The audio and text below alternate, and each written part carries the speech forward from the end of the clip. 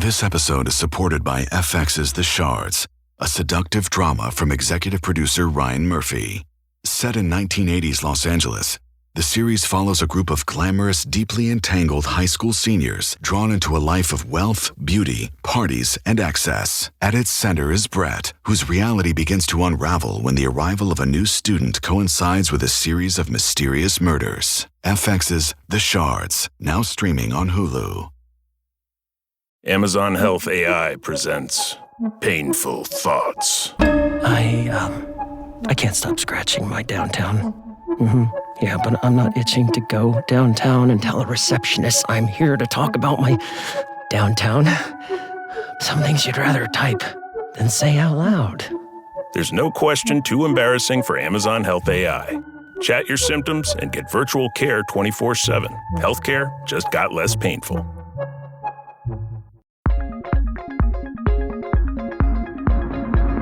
Hello, and welcome back to Lovely. Happy Friday.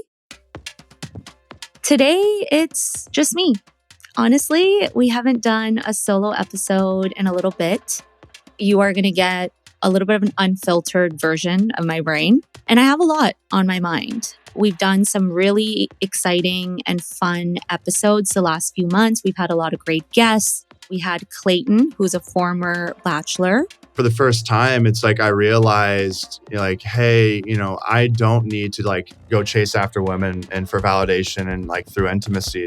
We had Jessica, who is a psychic medium, a professional astrologist, and also an animal communicator.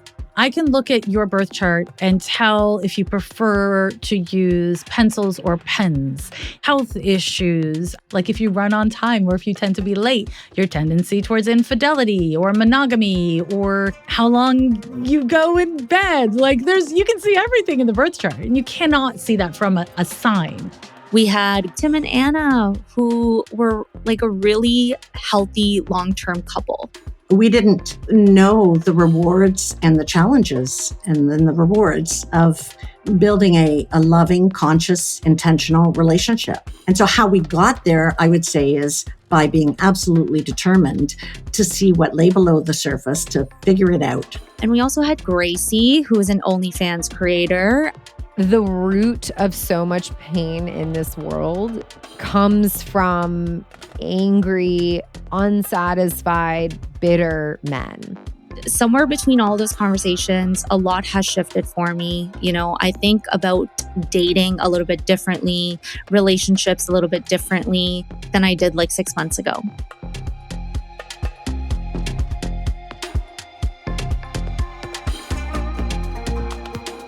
It's also challenged a lot of things that I used to believe.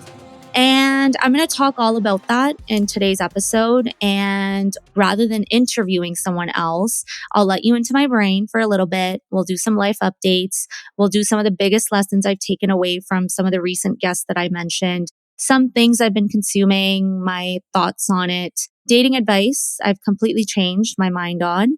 And we'll end it with a list that I'm calling things I've seen men do that would send low effort men into a coma.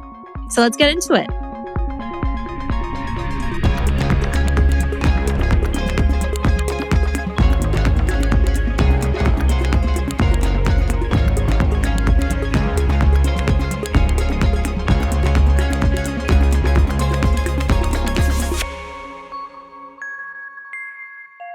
Now, before we jump into my key takeaways from the guests, a little life update. Look, I'm a Libra. If you didn't know that, you know now. But basically, that means my default setting is the word yes. Okay. Someone's like, want to go for dinner? Yes. Want to go to an event? Yes. Want to meet new people? Absolutely. But you know what? Life is funny. Life doesn't give a shit about your plans or your personality. And life is like, hey girl, sit down for a second. But yeah, nothing scary, nothing dramatic, just some health stuff that needed my attention. And for someone that's constantly moving, it forced me to slow down. I had to cancel events and I had to spend a lot of time on my couch than I ever would have wanted to. But I really needed it. And instead of that, I started writing again. I wrote a few articles on Substack. I started watching more YouTube videos. And I just put my phone down and I really started thinking about where I'm headed, the kind of woman I want to become, the kind of partner I want to be, and the kind of life I'm trying to build.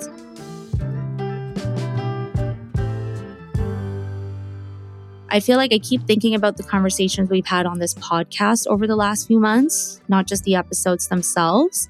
Reflecting on this life update, I'm connecting the dots to some of the lessons that I learned. Every episode, I wrote down what question was I trying to answer, what question did it answer for me. So let's go into Clayton's episode. So that's not their fault, right? That's your fault. You're basically saying, hey, I'm going to put out a fake image and you need to be able to see through this and realize that it's not actually me and then validate me for what I really am internally. That's playing mind games, right? So, and with Clayton's episode, it was how quickly do we rush to certainty, or how quickly do we make assumptions about people? Now, a lot of people know him because he was the former bachelor, but honestly, that wasn't the exciting part. That's not why we had him on the show. We had him on the show because Clayton went through a legal battle really publicly, and he was accused of something incredibly serious, right? And then he had to fight to clear his name. And his story was vulnerable, uncomfortable, and it really reminded me how quickly the internet, but also us, we want certainty, right? We love simple stories, good guy, bad guy, believe everything right away, or don't believe everything right away. It's really not like that. There's a lot of gray, there's a lot of nuance. And with Clayton, it was, he was a victim coming forward about his own experience. And statistically, I'm not even just speaking this subjectively, but statistically, there are a lot more crimes and things committed by men where you would automatically be like, oh, well, no, he must be in the wrong.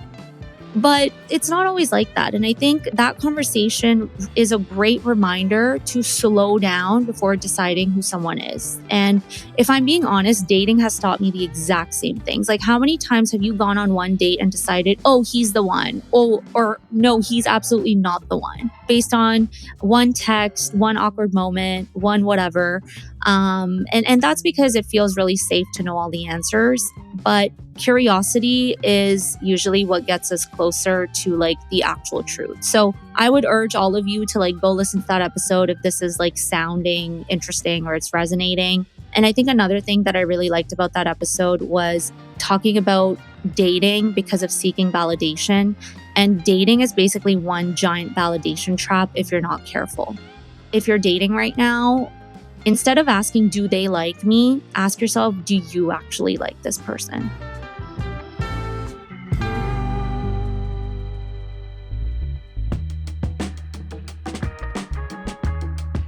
All right, let's move into the second guest that we had, Jessica Lanyadoo.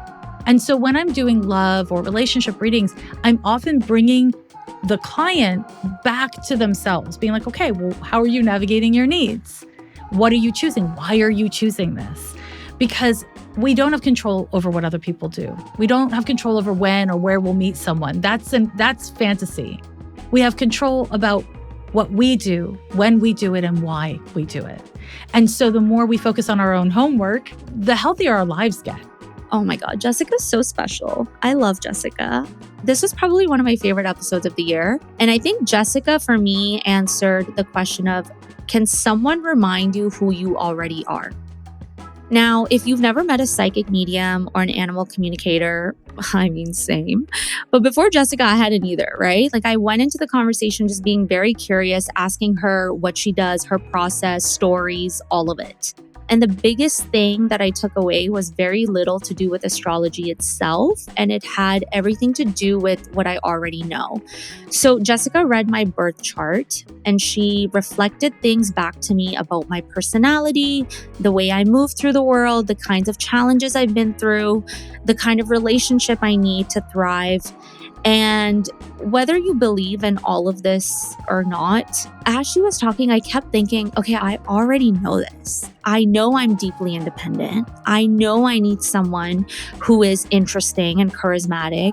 I know I need someone who respects my ambition instead of competing with it. And I know that I don't want to shrink myself to make someone else comfortable. Like, none of that was new information. But hearing it, articulated it so clearly, like it gave me the permission to stop negotiating on any of these things, you know? And I think we all do this when we're dating. Like, we know our standards, but we bend them. We know our values, but we sometimes don't stick to it. And we know the kind of life we want, but we tell ourselves that it's okay, you have to compromise and things like that. I think Jessica reminded me that you need to be more confident in who you are, what you want. And it's not adding something new. It's just remembering what you've always wanted and who you've always been.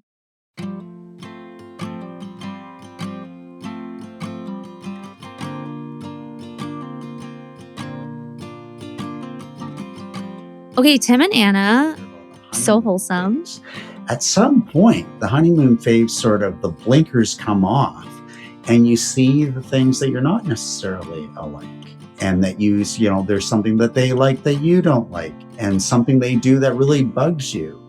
And it really starts to get into a consideration about how you communicate and how you work through your differences. They really taught me, what does a healthy relationship look like today? And it was very refreshing conversation that I had with them. And I say refreshing because I feel like healthy relationships don't really make the headlines anymore. My For You page is constantly bombarded with breakups, cheating, ghosting, love triangles, red flags. I was mentally exhausted. And I think that makes healthy relationships honestly kind of appear boring to watch from the outside. Watching them interact made me realize something, that we've probably been confusing peace with boredom, right? So we're so used to relationships feeling emotionally exhausting and volatile that sometimes when things are calm and they're good, we ask ourselves, is something missing? And that's just like your nervous system being in survival mode. One of the things that they've really changed my perspective on is opposites attract and opposites can last. I always thought it was the opposite. Attraction and compatibility go hand in hand, but you can work at it. Like, you're not going to arrive both together at the same spot. You need to understand each other's backgrounds. You need to understand how to communicate. You need to understand how to fight. People always say relationships should be easy. I don't agree with that. I think the right relationship feels emotionally safe, but it's still work. Like, you still have to communicate, apologize, compromise, choose each other again and again and again. This episode is supported by FX's The Shards, a seductive drama from executive producer Ryan Murphy. Set in 1980s Los Angeles, the series follows a group of glamorous, deeply entangled high school seniors drawn into a life of wealth, beauty, parties, and excess. At its center is Brett, whose reality begins to unravel when the arrival of a new student coincides with a series of mysterious murders. FX's The Shards, now streaming on Hulu.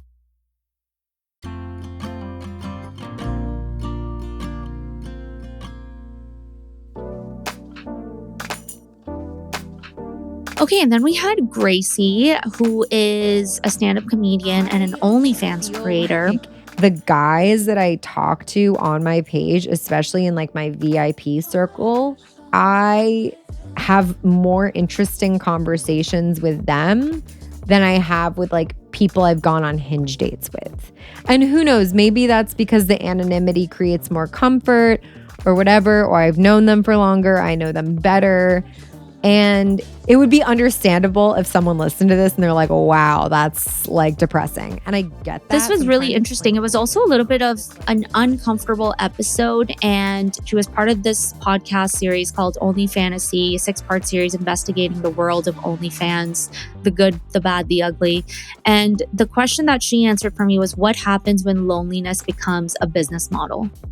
What we really got into or ended up talking about was loneliness. And the thing that I like about Gracie is she never really tried to convince anyone that OnlyFans is all good or all bad, right? Because it's neither. It's complicated. Similar to Clayton, like there's so much nuance.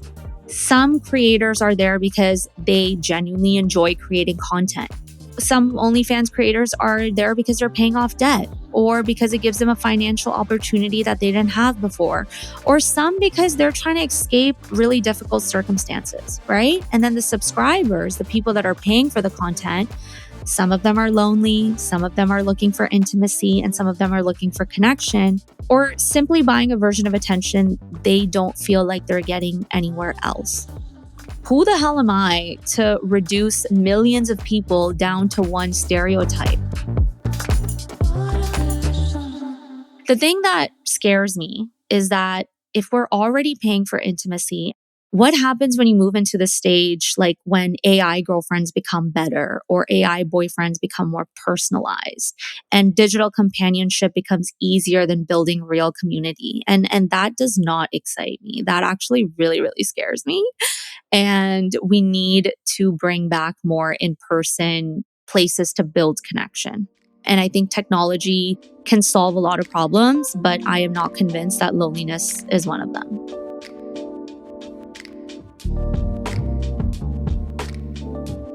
What if I told you you only have 12 hours to legally have sex? To finding true love. Or just like a good guy. From the director of Easy A and Anyone But You. This whole thing is nuts. There's nothing traditional about this night. On August 7th, the clock starts on the summer's biggest rom-com. I'm Owen. Allie. What about you and me? Monica Barbaro, Callum Turner. I've been told I'm a 7. By who? Your mom? Nah, she thinks I'm a 10. One night only. Rated R. Only in theaters August 7th.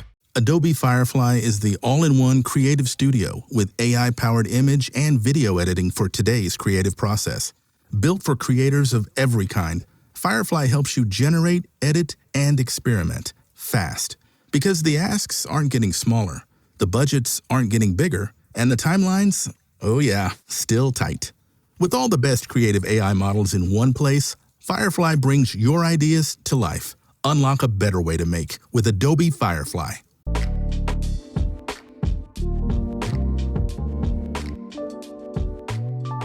Let's move on to the content that I've been consuming. Let's talk about one of the highest grossing horror movies of this year, Obsession. I love you so much.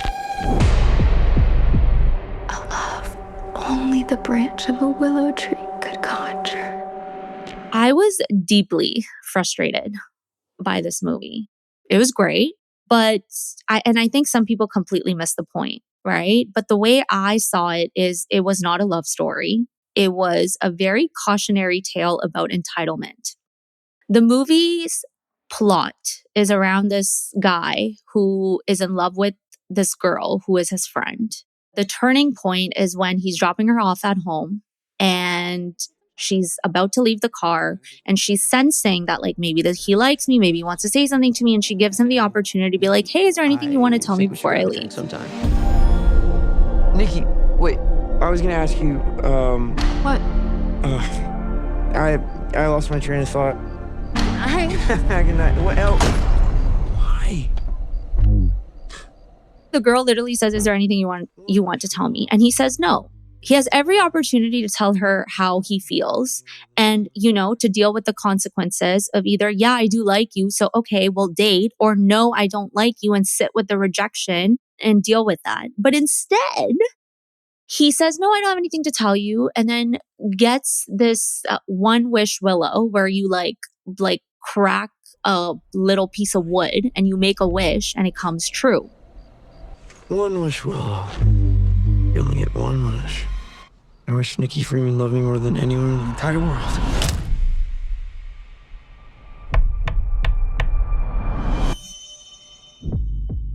So obviously she becomes obsessed, right? And then that turns into this very dangerous, messy, complicated story that ruins 4 lives. He chooses control, right? He would rather manipulate reality than tolerate rejection. And then from that decision, spoiler alert, everyone loses. And, the movie for me wasn't saying like, look how powerful love is. Like the movie was saying, look how dangerous it becomes when love turns into possession. And love, I think healthy love should say, I hope you choose me. But this movie, the guy says, I need to make you choose me. And those are very different things. And I think we see versions of that every day, not with magical wishes, but with manipulation. People trying to guilt you, control you, and trying to convince someone that to love us instead of accepting that they don't. And I think sometimes the healthiest thing we can hear is no, because rejection hurts, but trying to control another person's feelings hurts everyone, as you probably saw in the movie.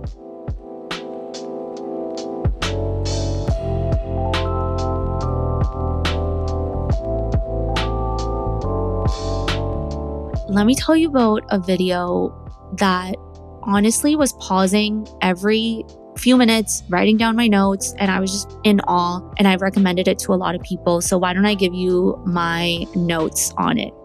It's by this person called David Brooks. He lectured at Yale University. He's also written a book, which I'm about to go get this weekend. But the title of the video is How to Fall in Love Again. And some of the main things that stood out to me, it was an hour long, okay? But he kind of opened it up with saying that we live in a meritocracy world where we're constantly asking, how do I get ahead? Okay. And that mindset is the opposite of love, because love asks, how do I know this person, not how do I win? So he was telling you, and also he backs all of these up with a lot of like evidence, proof, old story. It's really interesting. I really encourage you to go see it. And I'm manifesting that he comes on lovely. He said, love isn't blind. Love is curiosity. It's wanting to understand someone over and over again. And then he also talks about the fear of intimacy, right? And he talks about the different stages of falling in love. First stage is glance. You look at someone, there's attraction, or there could be love at first sight. Then there's curiosity. We want to know everything about the person. Then there's dialogue, and dialogue creates how you synchronize with people. You find out how similar you are to people, and then you have fear. And dialogue creates fear of intimacy, right? So like, if I unveil myself to you, will you protect me? And that fear of intimacy is like really scary because, like I said, you're essentially asking someone, if I show you who I really am, will you protect me? I loved the way that he explained that. I also like the fact that he mentioned love isn't finding someone who's exactly like you. It's appreciating the differences, tolerating the mistakes, and communicating openly and having flexible rules. That's exactly what Tim and Anna told me when we did that recording with them. Another thing that I think is very important, you cannot love someone without forgiveness. And he was saying that forgiveness isn't like one big moment, it's an attitude. And this attitude actually came from Martin Luther King. And he believed that, look, people are imperfect, they're going to make mistakes, but you have to forgive them. So you have to go into relationships understanding that you will disappoint each other, but you do have to forgive one another. Another thing that I really, really liked that stayed with me was to love is to give consent to distance. That is so beautiful. Maybe I'm getting overly philosophical, but I love that. And then the 3 things that you should really look for when choosing a partner is you're looking for someone for their personality. So like if you're neurotic, do you want to find someone else that's neurotic too? Maybe you should, because then you have 2 neurotic people together and you're not making other people neurotic, but personality is huge. The second is emotional compatibility. And then the third is the character you admire. You need to be able to admire your partner. And attraction alone isn't enough for decades together.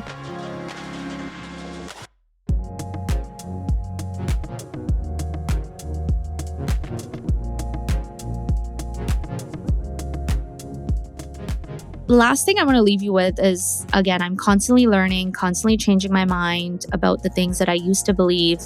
Every second, social media is telling us that good men don't exist anymore. Nobody puts in efforts. Dating is hopeless. And while I understand why people feel that way, I also think it's an important reminder that there are genuinely thoughtful, kind, emotionally intelligent men out there. So in no particular order, here are a few things I've personally seen someone do that would absolutely send low effort men into a coma. picking you up and dropping you off every single time because they want to make sure you get home safely. So no Ubers. Getting out of the car to open your door every single time and then opening the door every single time you get into the car. Planning actual thoughtful dates instead of sending the classic, so what do you want to do? Where do you want to go?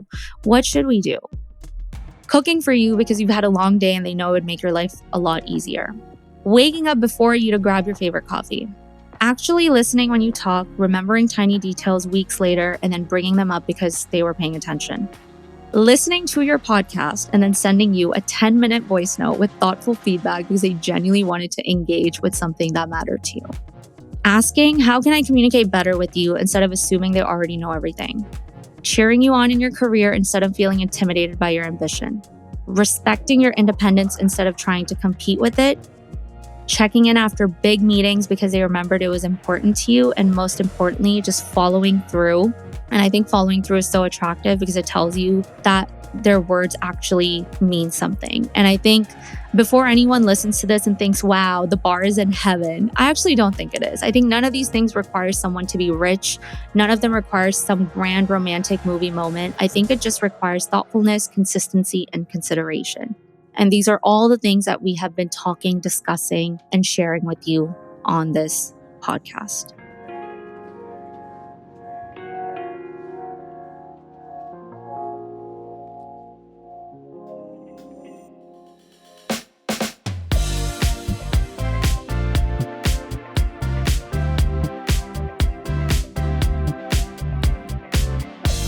The biggest takeaway after everything we've talked about today, whether it was Clayton reminding me to embrace nuance, Jessica reminding me not to negotiate on who I am, Tim and Anna showing me what healthy love actually looks like, Gracie making me think about loneliness, or David Brooks challenging how I think about intimacy, they all pointed me back to the same idea. Love isn't built on grand gestures. It's built on hundreds of small decisions where two people keep choosing one another. And I think that's a much more hopeful way to look at modern dating than consistently asking whether romance is dead. Because maybe it isn't. Maybe we've just forgotten what to look for. I gave you my takes, but I want to listen to your takes. Please send me a message on Instagram. I would love to hear what you thought. Are there any things that have been consuming your mind? Any content you've been loving? Your personal things people are done for you that would send low effort people into a coma? I want to hear it all.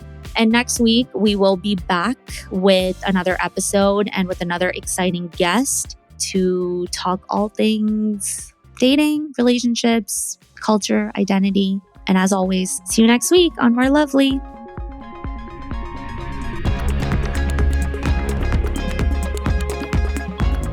Lovely is an Immigrantly media production. This episode was produced by Sadia Khan and Shay Yu, written by me, Mehak. Theme music, sound design, and editing by Lou Raskin. Other music by Epidemic Sound. See you next week for More Lovely.